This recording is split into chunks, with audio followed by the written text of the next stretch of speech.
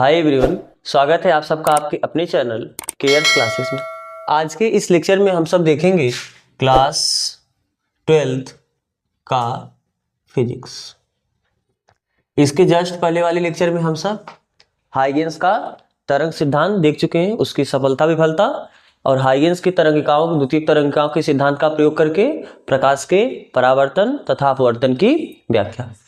तो आज हम देखेंगे प्रकाश का व्यतिकरण।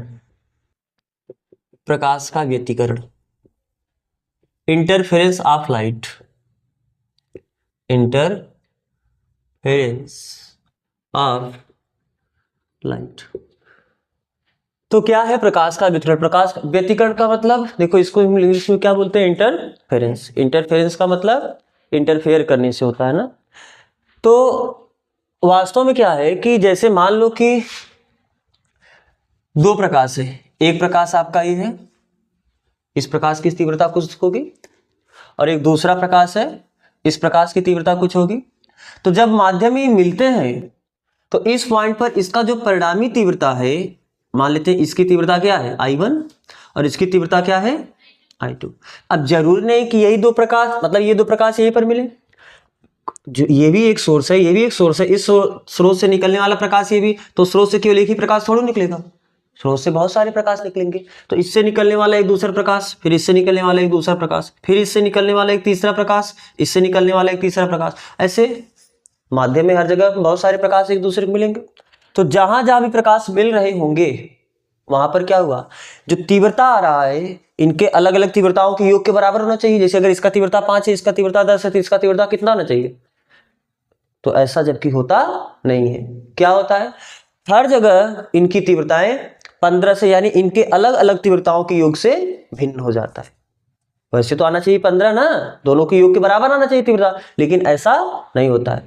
जब दो या दो से अधिक प्रकाश किसी माध्यम में मिलते हैं तो उस माध्यम में जहां मिलते हैं ये लोग, वहां पर परिणामी तीव्रता दोनों की तीव्रताओं से, दोनों की तीव्रताओं के योग से क्या होता है? भिन्न होता है।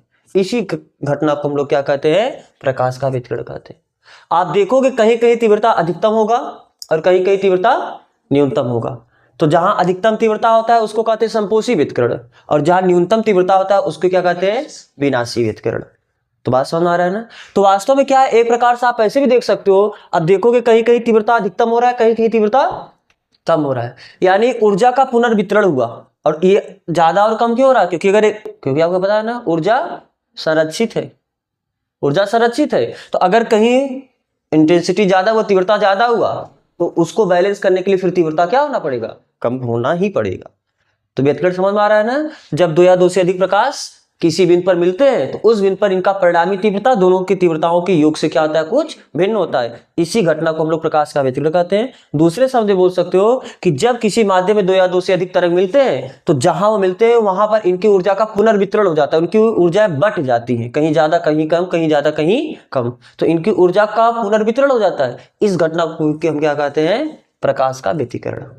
बात समझ में आ रहा है। तो पहले प्रकाश के व्यतिकरण, इनका डेरिवेशन थोड़ा सा है, थोड़ा सा मतलब ठीक डेरिवेशन है। उसे करने से पहले हम लोग एक आपका अध्यारोपण का सिद्धांत है उसे पढ़ते हैं, फिर अध्यारोपण के सिद्धांत के बाद हम लोग परिभाषा करेंगे, फिर इसका डेरिवेशन करेंगे ना। अध्यारोपण का सिद्धांत क्या बोलता है? जैसे मान लो कोई एक तरंग है, ये क्या है? एक तरंग, ठीक,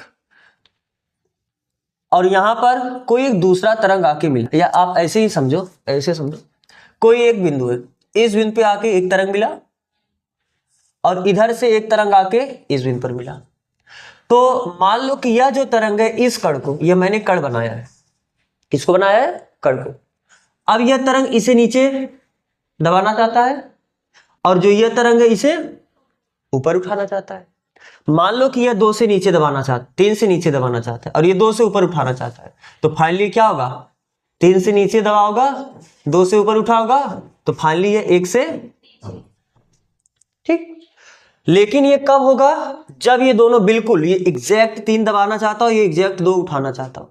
लेकिन मान लो कि यह अगर इस एंगल पे, ये जो कण है इस एंगल पे 3 से दबाना चाहता है, मतलब इस तरीके से इसे 3 से ले जाना चाहता है, 3 के हिसाब से, और यह इसे इस हिसाब से ऐसे आया और इसे उठाना चाहता है यानी 2 से, तो यानी तो बात समझ में आ रहा है ना। पहला तरंग इसे 2 से उठाना चाहे, दूसरा इसे 3 से इस डायरेक्शन में लेके, अब ये किधर जाएगा, तो जो इसका नेट आएगा ये उधर जाएगा। यानी पहला तरंग इसे कुछ अपने हिसाब से विस्थापित करना चाह रहा होगा इस कण को, दूसरा तरंग इस कण को अपने हिसाब से विस्थापित करना चाह रहा होगा, तो इसका जो नेट विस्थापन आएगा वो कितना आएगा, इन दोनों के योग के बराबर आएगा। और कैसा योग करना है, सीधा 2 3 5 नहीं जोड़ो, इनका देखो डायरेक्शन सदिश सदिश योग के बराबर होता है। यही है अध्यारोपण का सिद्धांत। क्या कि जब मान लो कि एक कोई तरंग है, वह किसी कण को अपने हिसाब से मान लेते y1 भी स्थापित करना चाहता है, और कोई दूसरा तरंग है या इसको y2 भी स्थापित करना चाहता है, तो जो इसका नेट विस्थापन आएगा y नेट, ये y1 प्लस y2 के बराबर होगा। लेकिन हम वेक्टर सम करने हैं तो इसलिए ऐसा लिख देना, वेक्टर y1 प्लस y2, ये इनका नेट वेक्टर y नेट मिलेगा। बात समझ आ रहा है ना। किसी कण का जो नेट विस्थापन होगा, दोनों के अलग अलग विस्थापन के सदिश योग के, केवल योग नहीं बोलना है, सदिश योग बोला, क्योंकि वेक्टर के तरह से आपको जोड़ना होगा। बात समझ आ रहा है। तो चलो सबसे पहले आप लिख लो अध्यारोपण का सिद्धांत। इसमें आप पहला हेडिंग लगाना अध्यारोपण का सिद्धांत।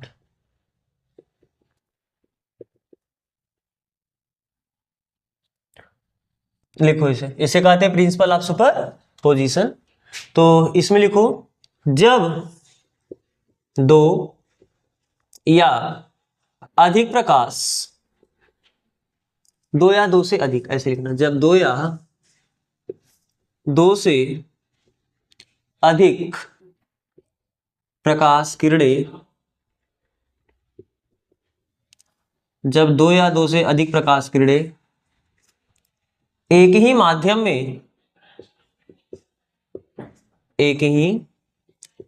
में संचरित होती हैं तो माध्यम में स्थित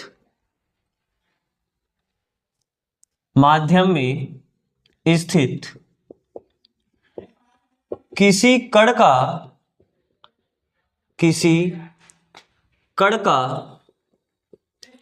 परिणामी विस्थापन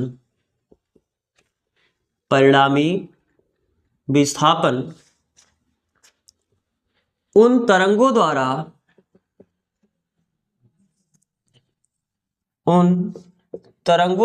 या उन किरणों द्वारा, क्योंकि हम यहां पर ऊपर लिखे प्रकाश किरणें, उन किरणों द्वारा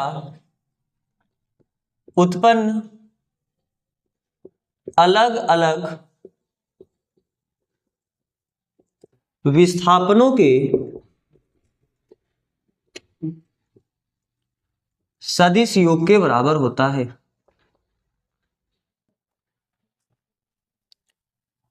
बराबर होता है। समझ में आ रहा है बात ना। जब 2 या 2 से अधिक प्रकाश किरणें एक ही माध्यम में चलती है तो माध्यम में जो भी कोई कण है, इस कण का जो नेट विस्थापन होगा, क्योंकि इस कण को पहले मान लो 10 जितने भी तरंग होंगे, सभी तरंग इसे अपने अपने हिसाब से उठाना चाहेगी, तो इस कण का जो परिणामी विस्थापन है, इन सभी अलग अलग किरणों द्वारा जो इस पे विस्थापन लग रहा है, उसके सदिश योग के क्या होगा, बराबर होगा। तो जैसे मान लो कि एक पहले तरंग के कारण इस पे विस्थापन है y1, दूसरे तरंग के कारण इस पे विस्थापन है, तीसरे के कारण ऐसे ऐसे n तरंग है उसके कारण yn, तो इसका नेट विस्थापन इनके सबके सदिश योग के बराबर होगा। तो आप पैरा चेंज करके लिखना कि माना प्रकाश किरण, माना पहले प्रकाश किरण के कारण किसी कण का विस्थापन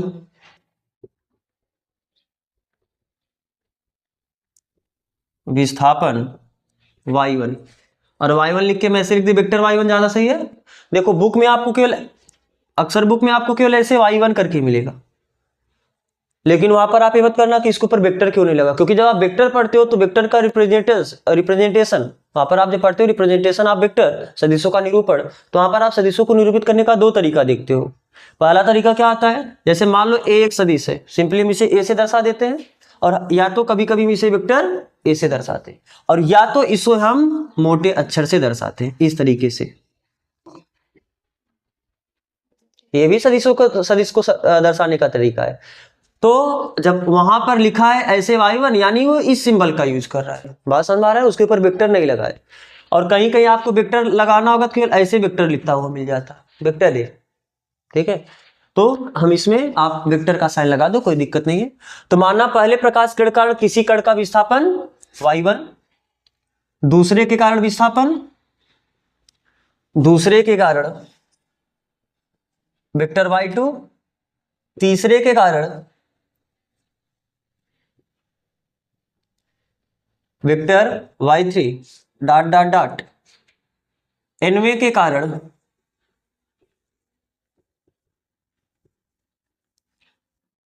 वेक्टर y3 है, तो सॉरी yn ना, yn है, तो कण का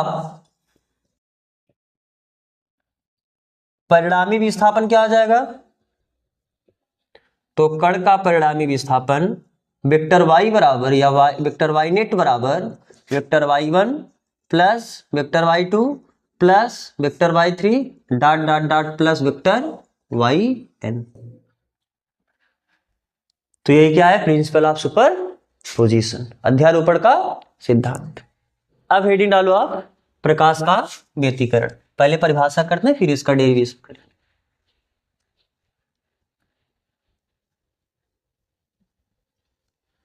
तो हेडिंग डालो, प्रकाश का व्यतिकरण।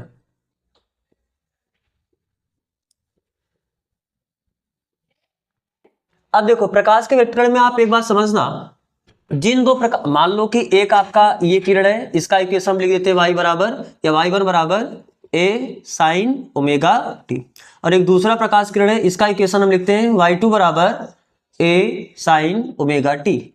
हम चलो यहाँ पर लिख देते हैं a1 और यहाँ पर हम लिख देते हैं a2, क्योंकि दोनों अलग अलग हैं, दोनों का एम्पलीट्यूड अलग अलग हो सकता है।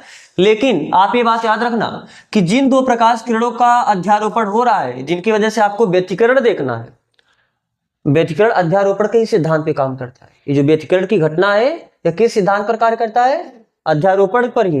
बात समझ आ रहा है ना, तो प्रकाश के अध्यारोपण से ही व्यतिकरण होता है। तो जब दो प्रकाश किरण एक दूसरे, जिन दो प्रकाश किरण का व्यतिकरण कराना है, उन दोनों का आवृत्ति क्या होना चाहिए। तो क्या आप इस इक्वेशन में समझ रहे हो y क्या है। चलो अच्छा, आप ये भी देख लो, जब ये कोई प्रकाश होता है, इस प्रकाश का हम जनरल इक्वेशन क्या लिखते हैं, y equal to a sine omega t, इस तरीके से लिखते हैं। कहीं कहीं आपका a sine omega T plus हाई भी लिख देते हैं। तो ये y क्या बता रहा है, क्योंकि जब कोई, आपने हाइगेंस का सिद्धांत देखा, हाइगेंस के सिद्धांत में पहला ही सिद्धांत आपने ये लिखा है कि जब किसी स्रोत से प्रकाश किरण उत्सर्जित होती है तो माध्यम के सभी कण क्या करने लगते हैं, यानी जब कंपन करने लगते हैं। तो जब प्रकाश किरण इस तरीके से चलती है तो इसका मतलब क्या है, यहाँ का कण जो प्रकाश है, प्रकाश किरण वो कण को क्या करेगा, कंपन करेगा। यहाँ पर जो कण होगा वो क्या करने लगेगा, कंपन। देखो हमेशा तरंग ऐसे ही नहीं, कुछ समय बाद तरंग ऐसे हो जाएगा, कुछ समय बाद तरंग ऐसे हो जाएगा, फिर उसके बाद तरंग डाउन होना स्टार्ट होगा। तो यानी इस बात का मतलब क्या है, यहाँ का कण और ऊपर गया होगा, यहाँ का कण और ऊपर हो गया होगा। बात समझ आ रहा है ना, मैं स्थिति बनाता है। जैसे ध्यान से देखो, ये आपका पहला तरंग है, अब यहीं पर, अब फिर ये तरंग आगे चल के ऐसे होगा, मतलब ये पॉइंट यहाँ पर नहीं पहुंच जाएगा, ये पॉइंट क्या हुआ, नीचे आ गया। बात समझ में आ रहा है ना। फिर कुछ समय बाद ये तरंग ऐसे हो जाएगा, तब ये पॉइंट यहाँ पर आगे नहीं गया, देखो ये एकदम डाउन हुआ, तो ये जो ऊपर था फिर धीरे और नीचे आया, फिर और नीचे आया। तो एक ही कण ऊपर नीचे क्या कर रही है, गति कर रही है, यानी एसएचएम सिंपल हार्मोनिक मोशन, जो कि आप क्लास 11 पढ़े हो कि नहीं पढ़े हो। तो जब कोई प्रकाश किरण चलती है तो माध्यम के कण अपनी जगह पे क्या करना स्टार्ट करता है, सिंपल हार्मोनिक मोशन एसएचएम करना स्टार्ट करता है। तो जब हम इस तरंग का समीकरण लिखते हैं इस तरीके से y equal to a sin omega t, तो यहाँ पर ये जो y होता है वो किसी टाइम t पर इस कण का विस्थापन, कि यह कण कितना ऊपर गया। जैसे मान लो अगर हम यहीं पर ऐसा बना दे तो ये कितना ऊपर गया, ये है। यहाँ पर अगर हम x एक्सिस और y एक्सिस बनाए तो इसका विस्थापन कितना है, इसी विस्थापन को हम क्या बोलते हैं, y। एक्स एक्सिस से कितना ऊपर गए, देखो नहीं एक्स एक्सिस किसी भी एक्सिस से मूल जो आपका, क्योंकि जब आप एक्सिस का बात करोगे तो वहां पर आप कहीं ना कहीं मूल बिंदु सेट करोगे तो वहां से x axis y axis z axis जाएगा। तो अगर ये कण वाई एक्सिस में गति कर रहा है तो वाई में कितना दूरी चला वही विस्थापन है। अब ये मान के चलते कि कण का विस्थापन किस में हो रहा है, वाई एक्सिस में। कण जरूर नहीं कैसे चले, कण तो ऐसे भी तो जा सकता है, ये जो तरंग है तरंग ऐसे भी तो चल सकता है, जो नहीं कि तरंग ऐसे ही चले, लेकिन अपने सुविधा के लिए मान रहे हैं कि तरंग इस तरीके से चल रहा है। तो यहाँ पर जो कण का विस्थापन होगा वाई एक्सिस में होगा, तो ये वाई क्या है, कण का विस्थापन। किस टाइम पर, टी टाइम पर। ए क्या है, एम्पलीट्यूड यानी आयाम, ये जो तरंग है इस तरंग का आयाम। साइन तो ओमेगा क्या है, इसे कोणीय आवृत्ति कहते हैं, एंगुलर फ्रीक्वेंसी ओमेगा। इसको हम लिखते हैं ऐसे 2 पाई एफ या 2 पाई अपान टी। एफ का मतलब क्या है, आवृत्ति, फ्रीक्वेंसी, ये आपका आवृत्ति है, और ओमेगा आपका कोणीय आवृत्ति है। बात समझ आ रहा है ना। और टी क्या है, टाइम पीरियड, आवर्त काल। फिर टी तो आपका टाइम है ही, जिस टाइम पर आपको निकालना होगा विस्थापन वो टाइम। अब फाई क्या है, इसको कहते हैं इनिशियल फेज, प्रारंभिक कला। प्रारंभिक कला यानी जैसे आप जब प्रारंभिक कला क्यों बोले कि जब आप टाइम बराबर 0, प्रारंभिक का मतलब स्टार्टिंग में, स्टार्टिंग मतलब टाइम इक्वल टू, स्टार्टिंग में टाइम को आप 0 मान के चलोगे ना, जब आप टी बराबर 0 रखोगे तो लिए फाई ही बचेगा, नहीं बचेगा। तो ये आपका प्रारंभिक कला। जैसे अगर ये 30 अंश यानी कर यहां से जैसे कुछ कण क्या होगा इस तरीके से चलना स्टार्ट करेगा, कुछ तरंग क्या होगा ऐसे चलना स्टार्ट करेगा। तो अब बताओ, हमेशा सभी तरंग का कला 0 थोड़ा होगा कि वो 0 से चलना है। कुछ तरंग पहले से ही देखो 90 अंश से ही स्टार्ट कर रहे हैं। देखो ये π/2 चल चुका है कि नहीं चल चुका है, तो यही है फाई आपका इनिशियल फेज, प्रारंभिक कला। फिलहाल तो समझ रहे हो ना इक्वेशन, जब ये इक्वेशन आएगा तो आप इसे सब डेटा को समझ पाओगे। वाई क्या है, कण का विस्थापन, ए क्या है एम्पलीट्यूड यानी आयाम, ओमेगा क्या है कोणीय आवृत्ति, कोणीय आवृत्ति एंगुलर फ्रीक्वेंसी, ये इसका फार्मूला क्या था 2 पाई एफ भी लिखते हो, जहां एफ क्या है फ्रीक्वेंसी यानी आवृत्ति। अब तरंग की आवृत्ति समझते हो ना, आवृत्ति आवर्तकाल इसे तो आप जानते हो, और टी क्या है आवर्तकाल। टी क्या है टाइम, ये कैपिटल टी है स्मॉल टी है, और ये फाई क्या है इनिशियल फेज, कला मतलब प्रारंभिक कला। तो जब ध्यान से देखना तो मान लेते हैं कि आपका एक पहला तरंग है, इसका इक्वेशन क्या है y1 = a1 sin omega t, और दूसरा तरंग है इसका इक्वेशन क्या है a2 = sin ओमेगा टी। या चलो मान लेते हैं कि अब इसका जो कला है इससे कुछ क्या है आगे है पीछे। कला क्या होता है समझते हो ना, जो साइन का कोणांक होता है इसी को कला कहते हैं, जो साइन का कोणांक यानी एंगल होता है इसी को क्या कहते हैं। अगर इन दोनों में कलांतर पूछेगा तो इसके कला में से इसका कला क्या करोगे, यानी जैसे इसका कला क्या है ओमेगा टी प्लस फाई, और उसका कला क्या है ओमेगा टी, जब घटाओगे तो बचेगा क्या। तो यानी इन दोनों प्रकाश किरणों में कलांतर, कलांतर मतलब कला में अंतर, तो इसके कला में से उसका कला घटा दो, तो जब घटाएं तो कितना आ गया फाई, तो ये फाई क्या है इन दोनों प्रकाश किरणों का कलांतर। जब केवल एक, अब बताओ y = अगर हम ऐसा लिखेंगे a sin omega T plus phi, तो अगर आप केवल फाई देख के ये कलांतर है नहीं बोलोगे। जब केवल कलांतर कब बोलोगे, जब दो तरंग का समीकरण दिया रहे, तब दोनों के कला में अगर फाई का ये फाई एक्स्ट्रा आ रहा है तब आप इसे बोलोगे ये कलांतर है। लेकिन जब केवल एक ही तरंग लिखना है, जैसे अंतर देखने के लिए आपको 2 लोग चाहिए ना, एक लोग में क्या अंतर देख लोगे। तो जब केवल एक प्रकाश का समीकरण अकेले लिखा है तब वहां पर जब फाई मिलेगा लिखा हुआ, तो इसको आप कोई पूछेगा क्या है तो क्या बोलोगे इनिशियल फेज, प्रारंभिक कला। लेकिन जब इस तरीके से 2 समीकरण लिखा हो, इसमें केवल ओमेगा टी है इसमें केवल ओमेगा टी प्लस फाई है, तब दोनों के बीच कलांतर, इसका भी कला ओमेगा टी, इसका ओमेगा टी प्लस फाई, उससे इतना आगे है उतना इससे ज्यादा है, तो ये इतना का अंतर आ गया इसमें फाई का। तो बात समझ में आ रहा है कि नहीं समझ में आ रहा है। तो जब 2 समीकरण लिखा रहे तब एक में अगर फाई दिखे तो इस बात का मतलब क्या समझोगे कि ये इसका कलांतर है दोनों के बीच। लेकिन जब ऐसे केवल एक का ही समीकरण लिखा रहे तब क्या है फाई प्रारंभिक कला, इनिशियल फेज। बात समझ में आ रहा है, ठीक है। तो जिन 2 तरंगों का हमें व्यतिकरण का बात करना था, तो जिन 2 तरंगों का व्यतिकरण कराना है, शर्त है, क्या शर्त है कि दोनों तरंगों की कोणीय आवृत्ति समान होनी चाहिए, यानी ओमेगा। ओमेगा समान होने का मतलब, क्योंकि ओमेगा का फार्मूला क्या होता है 2 पाई एफ, तो ओमेगा अगर सेम होगा तो यानी एफ सेम होना चाहिए, दोनों की आवृत्ति समान होनी चाहिए, यानी दोनों का 2 पाई अपान टी आवर्तकाल समान होना चाहिए। अगर कोई आप बहुविकल्पी क्वेश्चन पूछ दे कभी, या कोई आपसे पूछ दे कि 2 प्रकाश किरणों के व्यतिकरण होने के लिए निम्न में से किसका समान होना आवश्यक है, आप आवृत्ति डिफिनीशन में हम लोग आवृत्ति ही लेके चलते हैं, लेकिन कोणीय आवृत्ति दे दे तो तो भी कोण या वृत्ति का भी समान होना आवश्यक है। टाइम पीरियड दे दे आवर्तकाल तक, वो भी समान होना आवश्यक। एम्पलीट्यूड वो जरूरी नहीं है, वो लगभग समान होना चाहिए, एग्जैक्ट समान हो जरूरी नहीं है। ये 2 हो सकता है, 5 भी हो सकता है। बात समझ में आ रहा है ना? तो चलो, तो आप अभी इसके पहले व्यतिकरण में क्या देखा, इसका मतलब व्यतिकरण क्या हुआ कि जब दो प्रकाश, और कैसे दोनों प्रकाश, समान आवृत्ति के दो प्रकाश, जिन दो प्रकाश का व्यतिकरण कराना है, दो जरूरी नहीं कि 2 ही प्रकाश व्यतिकरण करें, 2 से अधिक प्रकाश का व्यतिकरण हो सकता है। तो जिन 2 या 2 से अधिक प्रकाशों का व्यतिकरण कराना है, उनका कोणीय आवृत्ति, आवर्तकाल, ये सब क्या होना चाहिए, समान। तो जब 2 या 2 से अधिक प्रकाश एक ही माध्यम में, ऐसा नहीं कि एक जल में चले दूसरा कांच में चले, एक ही माध्यम में होना चाहिए और एक ही माध्यम में एक ही डायरेक्शन में चले। तो जब 2 या 2 से अधिक समान आवृत्ति वाले प्रकाश एक ही दिशा में एक ही माध्यम में चलते हैं, तो उनके अध्यारोपण के पश्चात माध्यम में क्या होता है, जो उनके ऊर्जा का पुनर्वितरण हो जाता है। बताए थे ना, कहीं इनका ऊर्जा, कहीं इंटेंसिटी ज्यादा होगा, कहीं इंटेंसिटी, कहीं इनका चमक यानी तीव्रता ज्यादा होगा, कहीं इनका चमक यानी तीव्रता कम होगा। तो ऊर्जा का पुनर्वितरण हुआ, तो ये जो ऊर्जा की पुनर्वितरण हो जाती है, इसी घटना को हम लोग क्या कहते हैं, प्रकाश का व्यतिकरण, इंटरफेरेंस ऑफ लाइट। तो आप लिखो पहले इसे। जब 2 या अधिक समान आवृत्ति वाले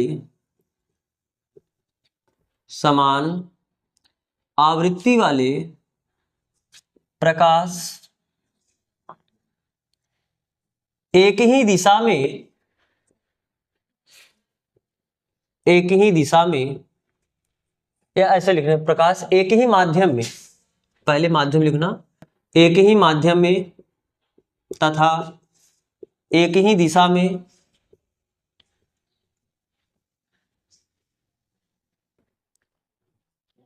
गमन करते हैं,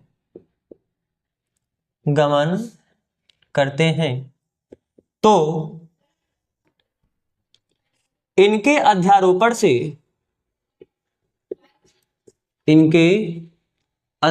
से माध्यम में इनके ऊर्जाओं का पुनर्वितरण हो जाता है। इनके ऊर्जाओं का पुनर्वितरण हो जाता है। प्रकाश किरण की इस घटना को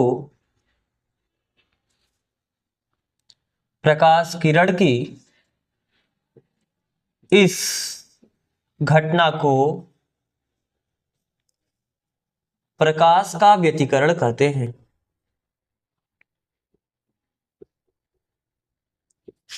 प्रकाश का व्यतिकरण कहते, अथवा करके एक आप दूसरा डिफिनीशन भी लिख सकते हो।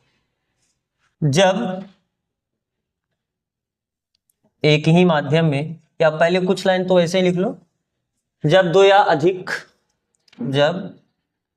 या 2 से अधिक, या केवल अधिक ही लिख लो, समान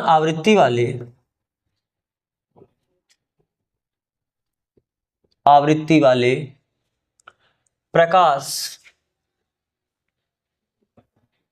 एक ही माध्यम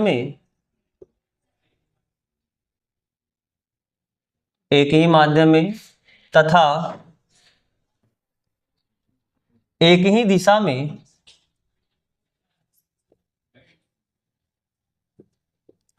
गमन करते हैं,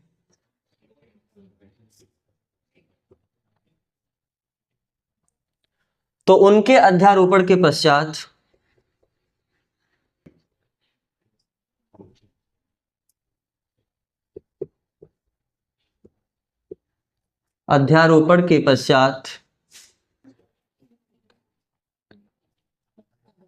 माध्यम में स्थित कणों पर परिणामी तीव्रता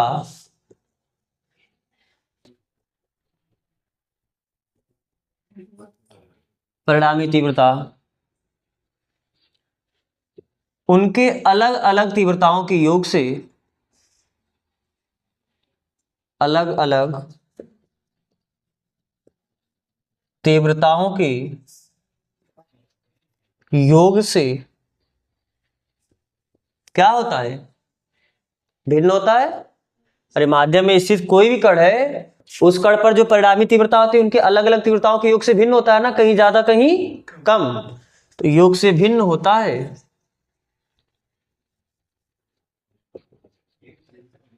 इस घटना को क्या कहते हैं, प्रकाश का व्यतिकरण कहते हैं।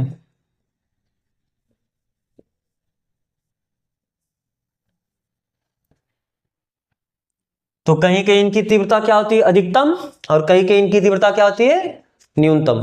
इस आधार पे व्यतिकरण कितने प्रकार का हुआ, दो प्रकार का, एक संपोषी व्यतिकरण और दूसरा विनाशी व्यतिकरण। संपोषी व्यतिकरण कहाँ होगा, जहां इनकी तीव्रता अधिकतम होगी। अरे माध्यम के जो कण है, हर कण अलग अलग कणों पर कहीं तीव्रता अधिकतम हुआ होगा, कहीं तीव्रता एकदम सबसे कम हुआ होगा। तो जहां तीव्रता सबसे अधिकतम होगा तो वहां पर बोलेंगे कैसा व्यतिकरण हुआ है, संपोषी। और जहां तीव्रता एकदम न्यूनतम, यानी जहां एकदम अंधेरा दिख रहा होगा, कहीं आपको एकदम ब्राइट दिखेगा ज्यादा चमकीला, और कहीं आपको बिल्कुल एकदम डार्क यानी अंधेरा दिखेगा, तो जहां एकदम ब्राइट दिखेगा चमकीला दिखेगा उसे क्या बोलेंगे, संपोषी व्यतिकरण। और जहां तीव्रता न्यूनतम होगा उसे क्या बोलेंगे, विनाशी व्यतिकरण। ठीक है, तो चलो आप लिखो कि व्यतिकरण दो प्रकार के होते हैं।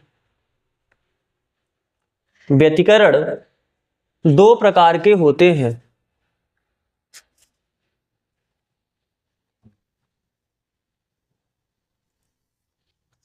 व्यतिकरण दो प्रकार के होते हैं।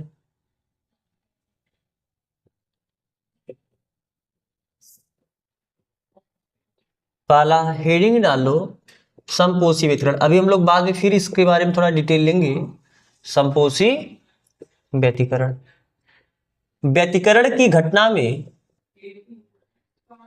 व्यतिकरण की घटना में जिन बिंदुओं पर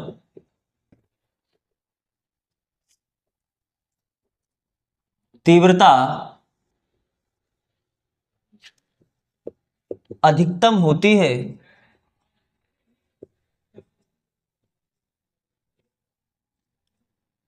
उन बिंदुओं पर हुए व्यतिकरण को,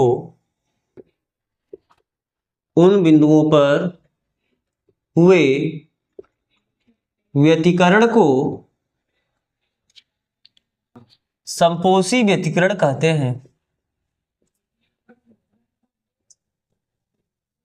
संपोषी व्यतिकरण कहते हैं। ठीक है, दूसरा हेडिंग डालो, कैसा व्यतिकरण, विनाशी व्यतिकरण। तो ये तो अपने मन से डिफिनीशन लिख सकते हो। व्यतिकरण की घटना में जिन बिंदुओं पर तीव्रता न्यूनतम होती है, लिख ही लो।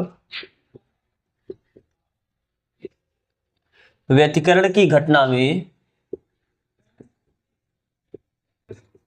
जिन बिंदुओं पर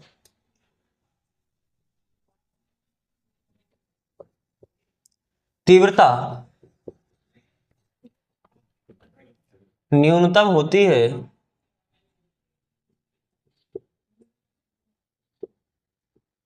उन बिंदुओं पर हुए व्यतिकरण को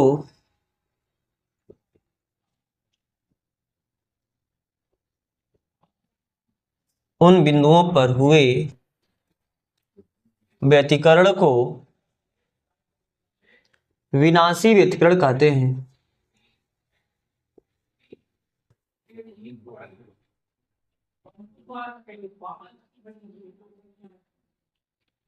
ठीक है, हेडिंग डालो, दो तरंगों के व्यतिकरण में परिणामी तीव्रता का व्यंजक।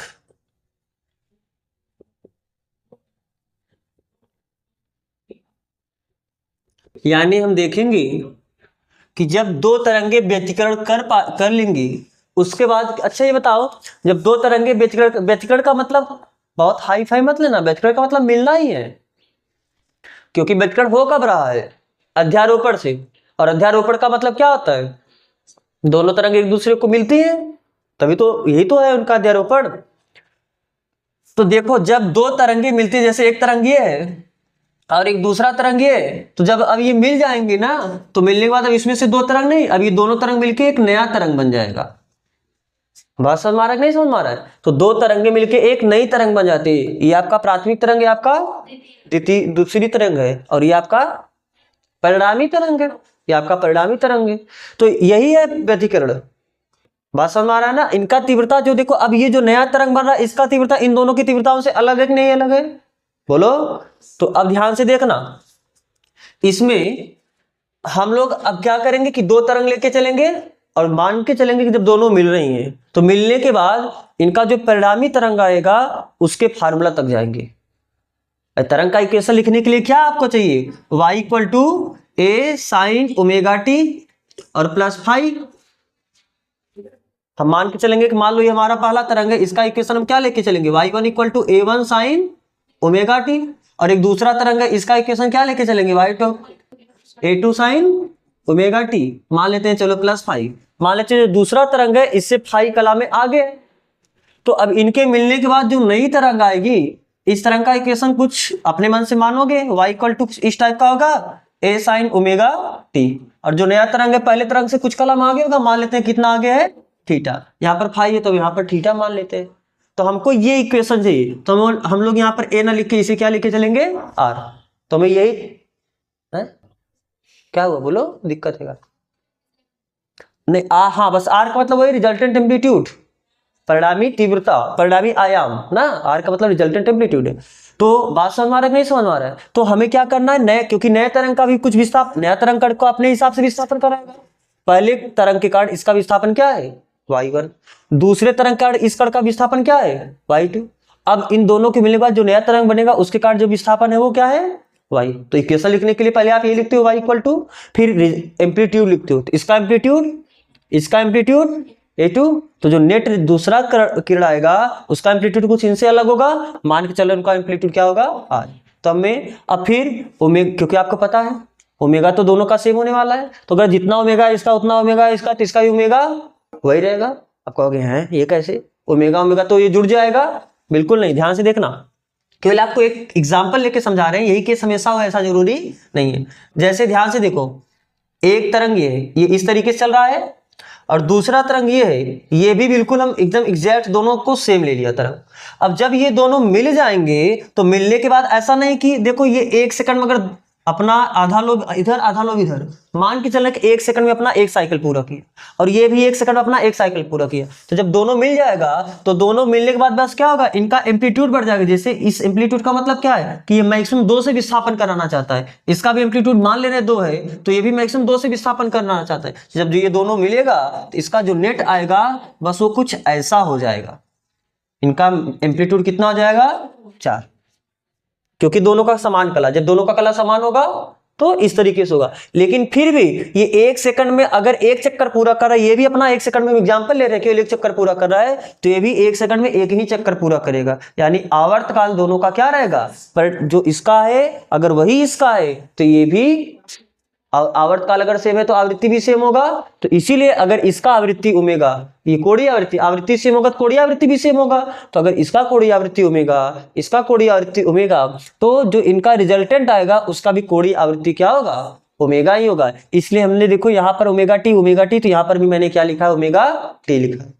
लेकिन कला, इन दोनों की कला में कुछ अंतर है, जो दूसरा तरंग है इससे कला में कितना आगे है, हाई, हो सकता है थीटा आगे हो। अब थीटा का वैल्यू अगर समान कला में आ जाएगा, थीटा का वैल्यू 0 आ जाएगा। अगर थीटा का वैल्यू 0 आया इसका मतलब ओमेगा टी ही रह गया, यानी दोनों समान कला में। थीटा का वैल्यू -π/2 है, यानी ये पीछे है, और थीटा का वैल्यू अगर +π/2 आ गया, ये माने आगे है। कुछ भी थीटा का वैल्यू हो सकता है, तो हमें यही निकालना है।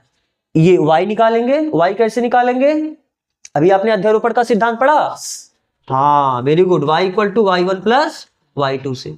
r निकालेंगे, एम्पलीट्यूड r मिल जाएगा, ओमेगा टी, इसका ओमेगा टी पता है तो इसका भी ओमेगा टी पता ही है, और ये थीटा निकाल लेंगे। जब थीटा मिला, आर मिला, तो क्या हम इक्वेशन लिख पाएंगे? नहीं लिख पाएंगे, परिणामी तरंग का हम समीकरण लिख पाएंगे। और जब परिणामी तरंग का आप समीकरण लिख पाओगे फिर उसका हम तीव्रता भी कर पाएंगे। तो चलो हम फिर इसकी तीव्रता के लिए व्यंजक स्थापित करते हैं। हम अब मान लेते हैं कि एक तरंग आपका ये है और एक तरंग आपका क्या है, ये।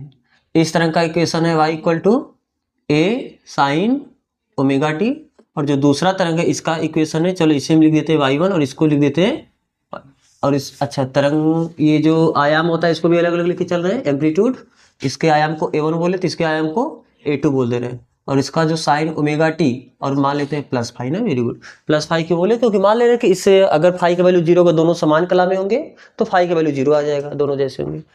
तो हम दो तरंग ले रहे हैं और मान रहे हैं कि वो किसी पॉइंट पर मिल रहे हैं, तो जब वो मिलेंगे तो उनका परिणामी जो मिलने के बाद जो परिणामी तरंग बनेगा वहां तक हमें पहुंचना है।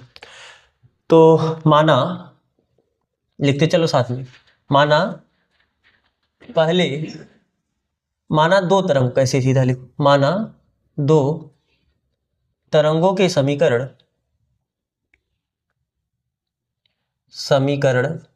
निम्नवत है। जो पहला तरंग है उसका इक्वेशन है y1 equal to a sign, या a1 लिख, स्मॉल a1 लिखना, a1 साइन ओमेगा टी, इसे इक्वेशन फर्स्ट बोल देते हैं। और जो दूसरा तरंग है उसका समीकरण है y2 equal to a2 sine omega T plus five, इसको मान देते हैं समीकरण नंबर 2। तो जब ये दोनों अध्यारोपित होंगे यानी एक दूसरे को सुपर इम्पोज करेंगे, मिलेंगे, तो इनका जो नेट डिस्प्लेसमेंट आएगा अध्यारोपण के सिद्धांत से, अध्यारोपण के सिद्धांत से क्या लिख सकते हो? Yes, y equal to y1 plus y2 अध्यारोपण का। अच्छा, अगर ये 10 तरंग होता तो y1 y2 y3 करते लिखते चले जाते। तो यहां से बताओ y equal to y1, y1 का y यहां पर क्या है? y क्या है? परिणामी विस्थापन। किसका परिणामी विस्थापन? कण का। आपको पता है ना, जब तरंग चलता है तो तरंग क्या करता है, किसी उस तरंग के सामने जो भी कण आएगा उस कण को विस्थापित करना चाहेगा। जब हम इक्वेशन लिखते हैं y1, तो उस दिन आपको बताए थे y1 क्या होता है, इसके पहले जब, अभी इसके जस्ट पहले जब बात हुआ है, y1 क्या है? ये विस्थापन है। किसका विस्थापन है? कण का विस्थापन। ये कण कितना, ये तरंग इस कण को ऊपर नीचे उठाया ना, उठाना, ऊपर ले जाएगा, नीचे ले जाने का प्रयास करेगा, तो किसी भी टाइम टी पर कितना ऊपर विस्थापित किया, वही है y1। तो y1 क्या है? कण का विस्थापन, ठीक है। y2 क्या है? ये भी कण का विस्थापन है। तो y1 अपने हिम्मत से विस्थापित कराना चाहेगा, ये अपने हिम्मत के हिसाब से विस्थापित कराना चाहेगा। तो y क्या है? नेट विस्थापन। दोनों अलग अलग तरीके से विस्थापन कराना चाहेगा, तो जो नेट विस्थापन इसका आएगा वो आपका क्या है? y। तो जब अभी हमने अध्यारोपण का सिद्धांत पढ़ा तो इस बात को देखा है। तो y1 का वैल्यू कितना है? a1 sine omega T. y2 का वैल्यू कितना है? a2 sine omega T plus five. y equal to a1 sine omega T plus a2 sine omega T plus five. क्या साइन a प्लस बी का formula पता है आपको? Sine a cos b plus cos a sine b. तो ये एक की जगह ओमेगा टी है और बी की जगह क्या है? फाइव है। तो अगर इसको उस तरीके से ब्रेक करना चाहो तो क्या हम ऐसा लिख सकते हैं? Sine a cos b, b की जगह फाइव है, प्लस कॉस a की जगह ओमेगा टी है, और साइन फाइव, मतलब साइन बी होता है ना, cos a sine b, b की जगह क्या है? फाइव। रीजन हम यहाँ पर लिख दें, क्योंकि साइन a प्लस बी का फार्मूला होता क्या होता है? Sine a cos b plus cos a sine b, ठीक। तो इसे हम ऐसे लिख दे, a1 sine omega T plus इसका गुणा इसमें करोगे a2 sine omega t cos five, फिर इसका गुणा इसमें करोगे a2 cos omega t sine five. क्या साइन ओमेगा टी कॉमन ले सकते हो क्या दोनों से? तो अगर साइन ओमेगा टी आपने कॉमन लिया तो यहां पर क्या बचा? a1, यहां पर क्या बचा? a2 कॉस फाइव, प्लस यहां पर आपका क्या है? a2 cos omega t sine. Copy करो, ऊपर मिटाएं फिर। चलो अब देखो, तो क्या हम इसे साइन a कॉस बी जैसा तो ये कास बी बनाने के लिए आपको इसको कुछ कास जैसा मानना पड़ेगा। तो अगर आपने ए को ओमेगा टी माना तो साइन ए कास बी भी इसे मानते हैं ना, कास बी जैसा बनेगा। फिर आगे क्या होगा, कास ए साइन बी। तो ए की जगह ओमेगा टी आया तो फिर ए की जगह ओमेगा टी ही तो रहेगा ना। यानी इसको हम थोड़ा अरेंज करते हैं कैसे, sine omega t A1 plus A2 cos phi plus A2, या ध्यान से ऐसे देखो, cos omega t A2 sine phi. कोई दिक्कत ऐसा मैंने लिखा, बस A2 को मैंने इसके साथ लिखा। तीनों गुणा में है तो अभी भी तीनों गुणा में है, बात समझ आ रही है। कास है हम cos omega t A2 sine phi. ऐसा मैंने इसलिए किया कि अब देखो ये साइन ए, अभी इसको हम पूरे को मान लेंगे कास बी जैसा, और फिर कि कास ए साइन बी जैसा। तो इसके लिए आपको क्या करना पड़ेगा, ये भी क्या आया है y, इसको कुछ समीकरण मान के छोड़ो, मान लो ये समीकरण क्या है 3 है। तो हम यहाँ पर इसे मानना पड़ेगा, क्या माना A1 plus A2 cos phi को हम मान लेते हैं क्या r कास थीटा, और जो आपका A2 साइन फाई है इसको हम मान लेते हैं क्या r साइन थीटा। इसमें कास वाला टर्म था जिसको कास थीटा मान लिया, और इसमें साइन वाला टर्म था इसे हम साइन थीटा। अभी आप कुछ टाइम के लिए आप ये मत पूछो कि ये क्यों माना, अगर समझ में आ रहा है तो ठीक है, पैटर्न बन रहा है ना। और बस आप 2 स्टेप और आगे चलो, 3-4 स्टेप, आपको खुद समझ में आएगा ऐसा क्यों माना गया है। ठीक है, तो ये ऊपर आप पहले कॉपी करना है तो आप इसे कॉपी कर लो।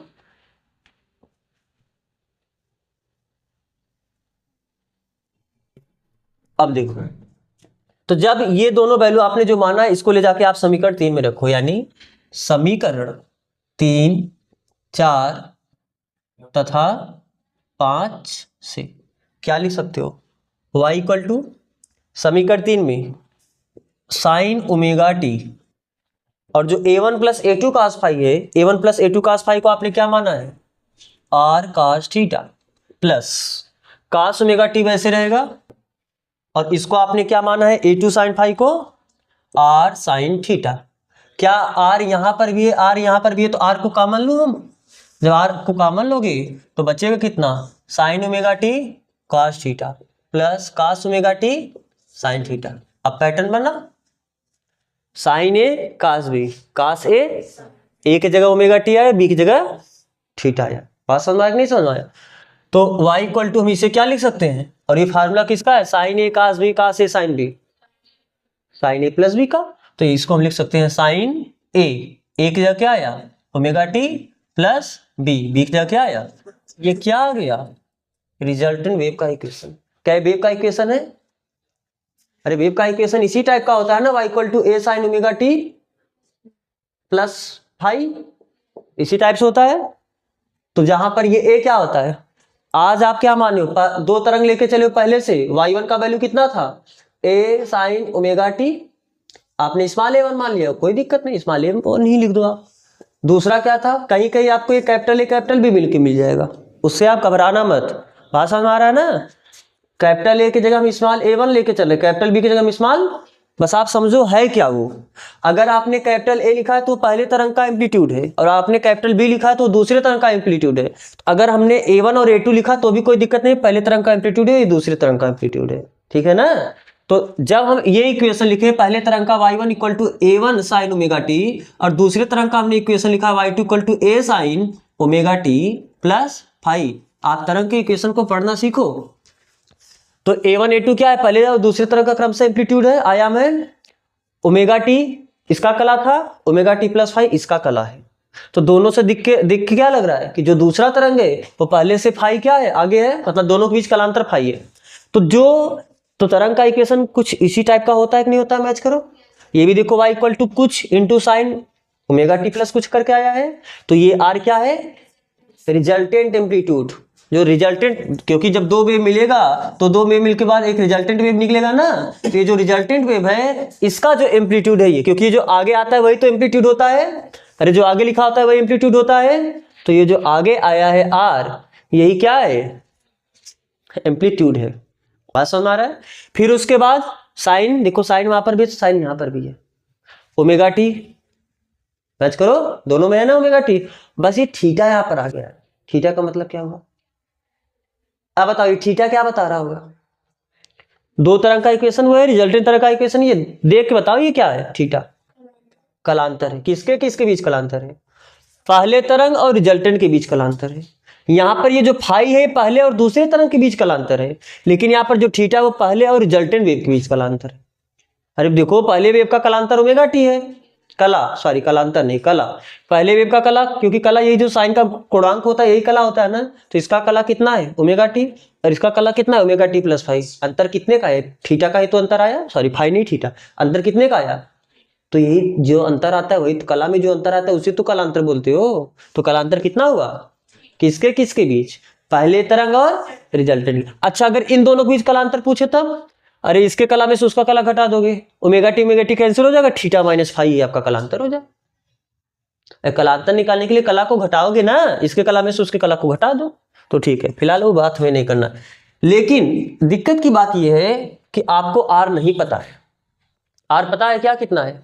आपको दिया रहेगा जो सवाल में वो केवल A1 दिया रहेगा, ओमेगा टी दिया रहेगा, A2 दिया रहेगा, ओमेगा टी तो पता ही है, और आपको ये फाई दिया रहेगा। बस इसी को देख के 1 2 3 4 ये 4 डेटा ही देख के आपको आर और थीटा बताना है। क्योंकि अगर आपको आर पता चल गया, आर क्या है?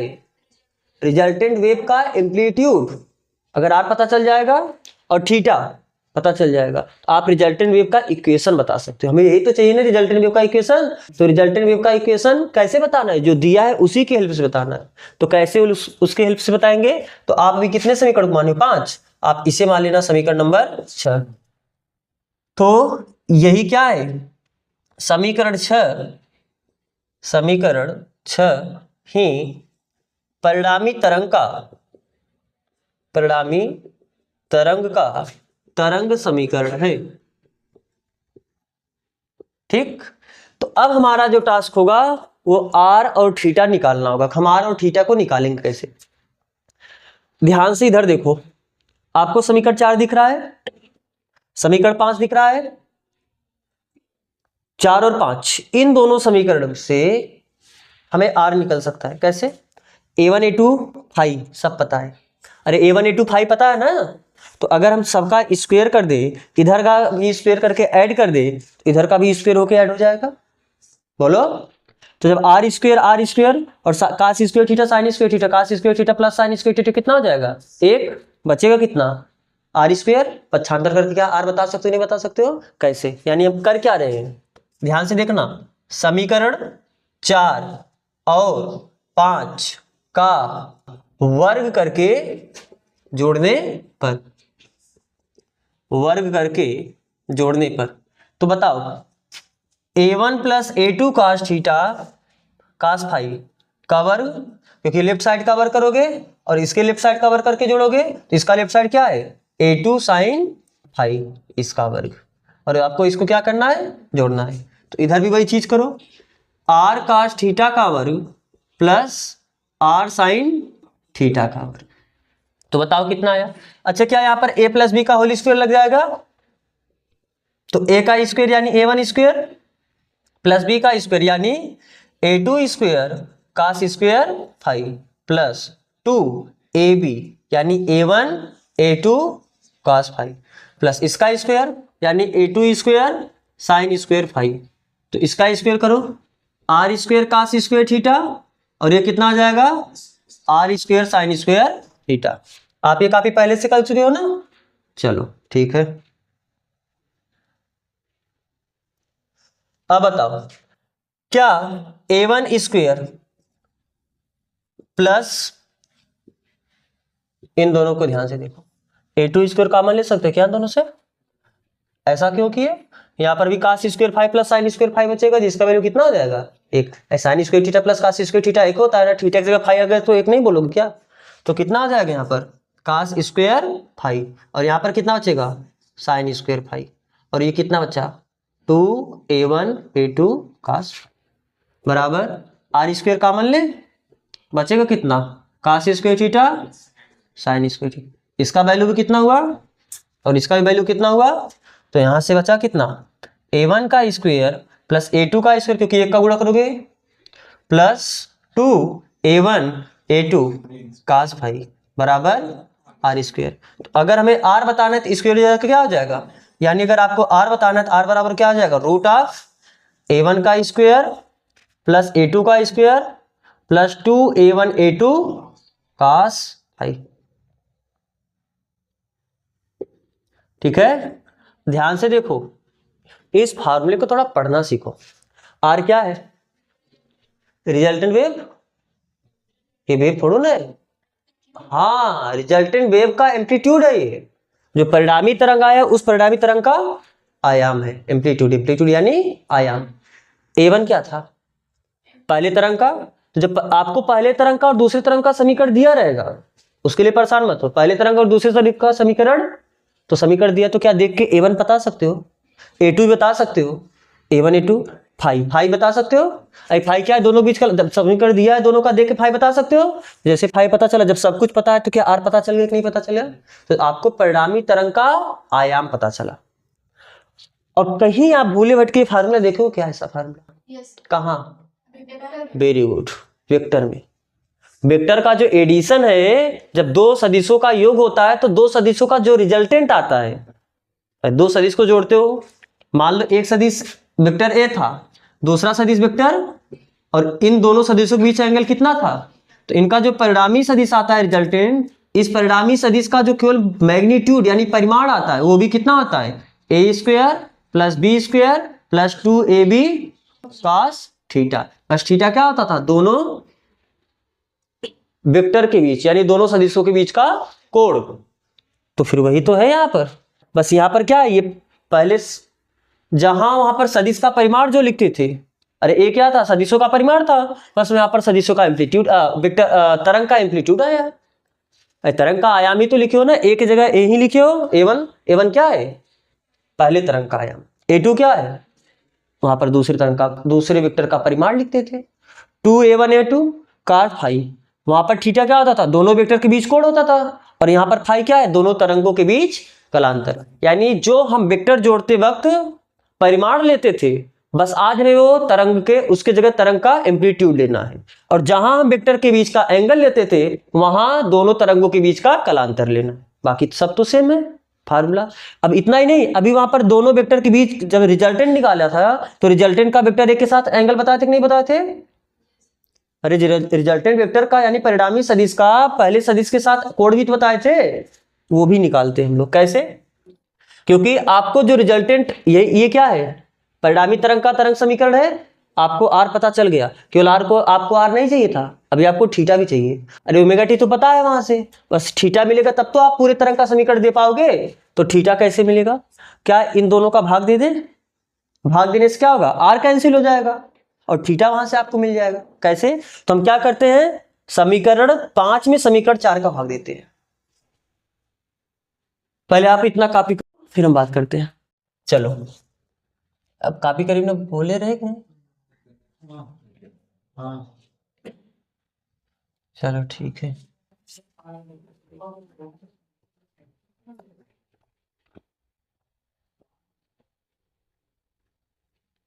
अब देखो, तो हमें आर तो पता चला, अब हमें क्या निकालना है, थीटा। तो थीटा निकालने के लिए हम क्या करते हैं, समीकरण 5 में भाग देते हैं, समीकरण कितने का, 4 का। तो जब समीकरण 5 में समीकरण 4 का भाग, तो समीकरण 5 है क्या, आर साइन थीटा बटे आर कॉस थीटा, इधर भी तो भाग दोगे, यानी a2 sine phi upon a plus a2 cos phi, r से आर कैंसिल हुआ, साइन बटे कॉस क्या होता है, tan थीटा, तो tan थीटा बराबर कितना हुआ, a2 sine phi upon a1 plus a2 cos phi. ख्याल है फार्मूला, दो वेक्टर के बीच कोण निकालने का।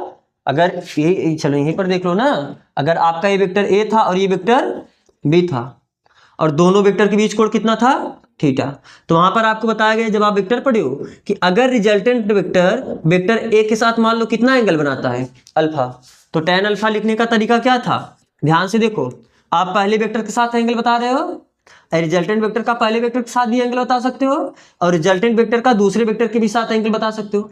अगर रिजल्टेंट वेक्टर यानी परिणामी सदिश का आप पहले वेक्टर के साथ एंगल बता रहे हो तो दूसरा वेक्टर लिखते थे ना, दूसरे वेक्टर से स्टार्ट करते थे, बी साइन थीटा अपान, अब बी लिखे हो तो फिर A plus B cos theta, sine बटे कास, ऊपर साइन रहता था नीचे कास रहता था। बात समझ में आ रहा है? अगर रिजल्टेंट वेक्टर का दूसरे वेक्टर के साथ एंगल, मान लो ये एंगल कितना है बीटा, तो अगर रिजल्टेंट वेक्टर का दूसरे के साथ एंगल बताना होता था, उस एंगल का tan वैल्यू यानी tan बीटा बराबर क्या लिखते थे, दूसरे के साथ बताना है तो a से स्टार्ट करोगे, a sin theta upon b plus, यहाँ पर b होगा तो यहाँ पर a होगा, यहाँ पर a होगा तो यहाँ पर b plus a cos theta. तो क्या फार्मूला वैसे ही मिल रहा है क्या ना? बस देखो ये यहाँ पर क्या होता था, सदिशों का परिमाण होता था, हमें यहाँ पर एम्पलीट्यूड लेना है, बाकी सब तो ऐसे। तो अगर जिसको सदिश तैयार है उसको ये बिल्कुल तैयार है, इसमें कुछ एफर्ट नहीं करना है, थोड़ा भी मेहनत नहीं करना है। अगर आपको पहले ये कॉपी करना है तो आप इसे कॉपी करो। तो अब आप फाइनली क्या परिणामी तरंग का समीकरण लिख सकते हो? बोलो, परिणामी तरंग का समीकरण लिख सकते हो ना? एक बार थोड़ा सा वैसे रिकैप ले लो, शॉर्ट रिवीजन। जैसे पहला तरंग, अगर पहला तरंग है उसका समीकरण मान लो y1 equal to a1 sine omega T, दूसरा तरंग उसका समीकरण कितना है a2 sine omega T plus आई। तो जो रिजल्टेंट वेव आएगा उसका इक्वेशन कुछ y equal to r sine omega T plus five होगा कि नहीं होगा, या थीटा हो, क्योंकि जो रिजल्टेंट वेव होगा उसका भी कुछ ना कुछ एम्पलीट्यूड होगा। तो रिजल्टेंट वेव का जो एम्पलीट्यूड यानी आयाम है उसको हम क्या बोल रहे हैं, आर, और जो रिजल्टेंट वेव का कलांतर है पहले वेव के साथ उसको हम क्या मान रहे हैं, थीटा। तो आप आर भी बता सकते हो। आर कैसे बता सकते हो, रूट ऑफ a1 का स्क्वायर प्लस a2 का square plus 2a1 a2 cos five, इनके बीच, इन दोनों के बीच का कलांतर लेना है। आपको थीटा पता ही नहीं है, थीटा यहाँ पर मत लिखना, थीटा हमको निकालना पड़ेगा। कैसे? तो अगर थीटा निकालना है तो हम tan थीटा बता सकते हैं। tan थीटा बराबर क्या हो जाएगा, अभी आपने देखा tan थीटा है क्या, पहले तरंग के साथ इसका कलांतर, तो दूसरे से स्टार्ट करना है, यानी a2 sine five upon a1 plus a2 cos five.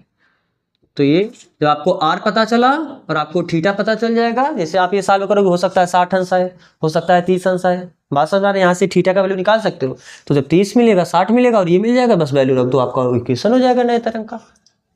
लेकिन कभी कभी एक चीज आप सतर्क रहना, क्वेश्चन जब आपको आएगा कभी कभी ऐसा करके दे देता है y1 equal to a sine omega T plus k x, और दूसरे तरंग का इक्वेशन ऐसा रहता है a1 यहाँ पर a2 sine omega T plus k x plus five.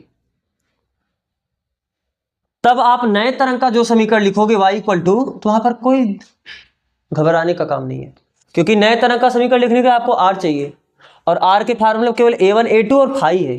तो आपको a1 a2 पता है, और देख लो यहाँ से फाइव आपको पता है, तो r मिल जाएगा, और आपको tan थीटा भी मिल जाएगा, a1 a2 फाइव, के एक्स कोई मतलब नहीं है। बस अंतर क्या आएगा, जब आप फाइनली तरंग का समीकरण लिखोगे तो वो कितना आता है, r तो निकाल लोगे a1 a2 फाइव से, फिर sign omega T plus k x भी लिखना। अरे केवल अगर ओमेगा टी रहेगा तो ओमेगा टी लिखना, omega T plus k x रहेगा तो omega T plus k x भी लिखना, और साथ में क्या लिखना है, थीटा, जो यहां से निकाले हो थीटा। बात समझ में आ रहा है ना? तो आप इस बात पे सतर्क करना, कभी आ जाएगा तो आप ये मत सोचना कि ये कहां से आ गया, हम तो केवल ये बताए थे, तो बता दिए ये भी। चलो, अब क्योंकि आपको एक बात बताया गया है कि इंटेंसिटी पता है ना, प्रकाश की तीव्रता क्या होती है, इंटेंसिटी ऑफ लाइट। प्रकाश का तीव्रता क्या होता है, तीव्रता से समझते हो, तीव्रता का मतलब क्या होता है आपको बताया गया है। सुनो, इंटेंसिटी का मतलब क्या है, energy falling per unit area per unit time. एकांक क्षेत्रफल तथा एकांक समय में जो गिरने वाला एनर्जी है, ऊर्जा है, वही उस प्रकाश का क्या कहलाता है, तीव्रता। तो कोई प्रकाश है, इस प्रकाश की तीव्रता का मतलब क्या है कि एकांक क्षेत्रफल में प्रति सेकंड ये कितना एनर्जी गिर रहा है, उस एकांक क्षेत्रफल पे प्रति सेकंड जो गिरने वाला एनर्जी होगा वही उस प्रकाश का क्या कहलाता है, इंटेंसिटी, तीव्रता कहलाता है। आपको पता होगा क्या, तो यानी अगर ये एक कर दे, ये एक कर दे, आई बराबर क्या होगा, बोलो हाँ, एनर्जी का फार्मूला पता है ना, आपने क्लास 11th में पढ़ा एनर्जी का फार्मूला, क्या, हाफ m ओमेगा स्क्वायर ए स्क्वायर। अरे किसी भी वेव का एनर्जी पढ़ा ही होता है, तो यहां से आप बता सकते हो I इक्वल टू कितना, हाफ m ओमेगा स्क्वायर ए स्क्वायर। फिलहाल आपके लिए बताओ, क्या जो इंटेंसिटी है वो है ए स्क्वायर के अनुक्रमानुपाती एक नहीं है? ए स्क्वायर है, ए क्या है? एम्पलीट्यूड। यहां पर ए क्या होता है? एम्पलीट्यूड यानी आयाम, एम्पलीट्यूड यानी आयाम। तो जो प्रकाश की तीव्रता होती है वह आयाम के वर्ग की क्या होती है? हमें बस यही बात चाहिए, क्योंकि आप हेडिंग ही डाले हो। किसका व्यंजक स्थापित करना है? परिणामी जो प्रकाश है उसकी तीव्रता का व्यंजक स्थापित करना है। तो आपको यहां तक का व्यंजक मिल चुका है। अरे ये है क्या? परिणामी आयाम। तो जब आपको आयाम पता है तो आप वहां से तीव्रता निकाल सकते हो। कैसे? चलो, आप अभी तक कितने समीकरण माने ये मत लिखना, फिर से यहाँ पे लिख चुके हो एक बार। तो ये जो आया है इस इक्वेशन को आपने कुछ नाम दिया। इसके पहले आप कितने इक्वेशन बना सके? 6 इक्वेशन बना चुके हो। इसे आप कुछ मान लेना इक्वेशन नंबर 7 और इसको मान लेना कुछ इक्वेशन नंबर 8। जरूरी नहीं कि आप इक्वेशन मानो, बस अपनी सरलता के लिए कि हमें फिर यहाँ समीकरण पे आना होगा तो हम कैसे बताएंगे सीधा का बंदे का समीकरण 7, तो आप समझ जाओगे, वरना पूरा समीकरण लिखना पड़ेगा। ठीक है, तो चलो आप लिखो, पैरा चेंज करके थोड़ा लिखना, और हो सके तो 1-2 लाइन छोड़ देना, थोड़ा लगे कि देखो ये कुछ नया चीज स्टार्ट हो रहा है ना, तीव्रता। तो चूंकि जो तीव्रता होती है वह प्रोपोर्शनल होता है किसके? ए स्क्वायर। यहां पर ए क्या है? एम्पलीट्यूड यानी आयाम। ए क्या है? आयाम। ठीक है, अब ध्यान से देखना, क्योंकि जो पहला तरंग है, पहले तरंग के आयाम को क्या माने हो? A1। जो दूसरा तरंग है उसके आयाम को क्या माने हो? A2। और जो इन दोनों को मिलने के बाद परिणामी तरंग आया उसके आयाम को आपने क्या माना है? R। फिर हम वही काम करते, जो आपका पहला तरंग है उसकी तीव्रता को हम क्या मान लेते हैं? जो दूसरा तरंग है उसकी तीव्रता को क्या मान लेते हैं? और जो नेट तरंग आया, फाइनल परिणामी तरंग आया, उसकी तीव्रता को हम क्या मान लेते हैं? I। तो आप यहां से लिख सकते हो क्या? दिस इंप्लाइज दैट I ये प्रोपोर्शनल होगा किसके? आर स्क्वायर के। बोलो, आई प्रोपोर्शनल होगा आर स्क्वायर के। फिर उसके बाद I1 ये प्रोपोर्शनल होगा A1 स्क्वायर के, और I2 ये प्रोपोर्शनल होगा A2 स्क्वायर के। अरे भैया, पहले तरंग का तीव्रता पहले तरंग के आयाम के अनुक्रमानुपाती होगा, दूसरे तरंग का तीव्रता दूसरे तरंग के आयाम के अनुक्रमानुपाती होगा, और जो परिणामी तरंग का तीव्रता है वो परिणामी तरंग के आयाम के अनुक्रमानुपाती होता। तो अनुक्रमानुपाती का चिन्ह हटाओगे तो एक कांस्टेंट आएगा कि नहीं आएगा? तो यहां से, ये तो केवल आपको समझाने के लिए था, तो यहां से क्या आप I बराबर के आर स्क्वायर लिख सकते हो क्या? और यहां से I1 बराबर के A1 स्क्वायर लिख सकते हो क्या? और I2 बराबर, तो प्रोपोर्शनल का साइन डालोगे, यहां पर भी क्या आएगा? कांस्टेंट के A2 स्क्वायर। बात समझ आ रहा है?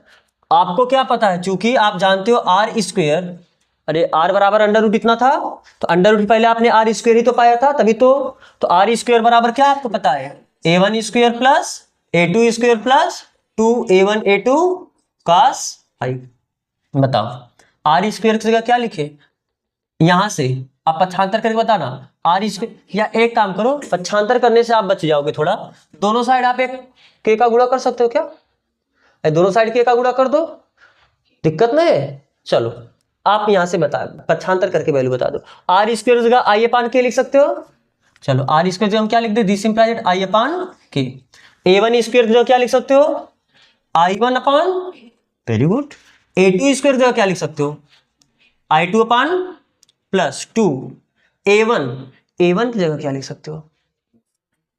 सोच लो, सोच के बताओ, कोई जल्दबाजी नहीं। Very good. अगर A1 की जगह लिखना है तो A1 यहां से हम थोड़ा यहां पर लिख देते, देखो A1 के बटे आ जाएगा बराबर हुआ A1 का स्क्वायर। जब A1 स्क्वायर आप बताए तो A1 ही तो हमने पूछा है, A1 इसका अंडर रूट हो जाए। आपने बोला ना A1 स्क्वायर बराबर I1 अपान क्या आएगा, तो हम केवल A1 चाहिए, तो स्क्वायर बराबर इतना है तो स्क्वायर हटा दो तो इधर जाके अंडर रूट हो जाएगा, यानी A1 की जगह कितना आ जाएगा? Root of I1 upon A2 की जगह कितना लिख देंगे? रूट ऑफ I2 अपान, बाकी कास फाई तो है ही, तो थोड़ा इसे क्या, चलो एक स्टेप और कर दो फिर काम करते हैं। I1 अपान के प्लस I2 अपान के प्लस 2, इसे ऐसा लिख दे रूट I1 I2 अपान के।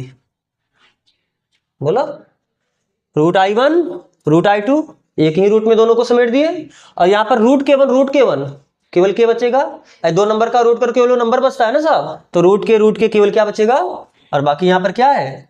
कास फाई। हर से के कॉमन लोगे तो इस साइड में के कैंसिल हो जाएगा। तो यहाँ पर फाइनली आया कितना, आई बराबर, अब ये कोई तो नहीं सोच रहा 3 के को 1 के से कैसे काट दिए। यहाँ पर आप हर से कॉमन लियो, अगर दिक्कत हो हमें एक लाइन आपके लिए फिर से कर दे रहे हैं, ध्यान से देखो, आई अपान के बराबर 1 अपान के आप कॉमन लो हर से, तो यहाँ पर बचे कितना I1, यहाँ पर कितना बचेगा I2, यहाँ पर कितना बचेगा 2 रूट I1 I2 cos 5। अब तो के से एक ही के बचा, अब कैंसिल हो जाएगा ना। तो यहाँ से क्या हुआ, I बराबर I1 plus I2 plus 2 root I1 I2 cos 5। यही है आपका क्या, परिणामी तीव्रता। यही व्यंजक आपको स्थापित करना था। अरे यही तो किया ना, परिणामी तीव्रता का व्यंजक स्थापित करना आपको। तो ये क्या है आपका I परिणामी, I1 क्या है पहले तरंग का तीव्रता, I2 क्या है, और cos 5 तो आप जानते हो दोनों तरंग के बीच कालांतर। ठीक है, आप पहले ये कॉपी करो। अब यही आपको फार्मूला याद रखना है, एक फार्मूला आपको ये याद रखना है, एक फार्मूला आपको ये याद रखना है, और ये भी आप याद रखोगे तो ठीक ही रहेगा। हम इसी फार्मूले से अब संपोषी और विनाशी व्यतिकरण का पूरा फिर से लगभग 2 पेज का डेरिवेशन जाएगा, उसे करेंगे। पहले आप इसे कॉपी करो। अब देखो ये आपका क्या है, परिणामी तीव्रता का व्यंजक है। अब आप एक बात यहाँ पर देख रहे हो, जो परिणामी तीव्रता है वह केवल दोनों तीव्रताओं, दोनों तरंगों की तीव्रताओं पर ही नहीं निर्भर कर रहा है, cos 5 पर निर्भर कर रहा है। cos 5 क्या है, cos 5 यहाँ पर क्या है, 5 केवल 5 बताओ, 5 कलांतर, किसके बीच कलांतर, दोनों तरंगों के बीच कलांतर। यानी जो परिणामी तीव्रता है वह दोनों तरंगों के बीच कलांतर पर भी निर्भर कर रहा है। बात समझ में आ रहा है ना। तो जब ये cos का वैल्यू मैक्सिमम होगा तो उस केस में I मैक्सिमम होगा, और जब cos का वैल्यू मिनिमम होगा उस केस में I का वैल्यू। और आपको पता है जहां पर तीव्रता मैक्सिमम होता है उसको कहते हैं संपोषी व्यतिकरण, और जहां पर तीव्रता न्यूनतम होता है उसे क्या कहते हो। तो यानी संपोषी व्यतिकरण के लिए ये मैक्सिमम होना चाहिए, और ये मैक्सिमम कब होगा, जब cos मैक्सिमम होगा। तो हम कल पूरा आगे देखेंगे, cos का वैल्यू मैक्सिमम लेके चलेंगे, फिर cos का वैल्यू मिनिमम लेके चलेंगे, वहां से कलांतर, पथांतर, संपोषी व्यतिकरण, विनाशी व्यतिकरण करेंगे। आप आज बस यही फिर करते हैं। तो यहाँ तक जुड़ने के लिए आप सबका बहुत बहुत धन्यवाद।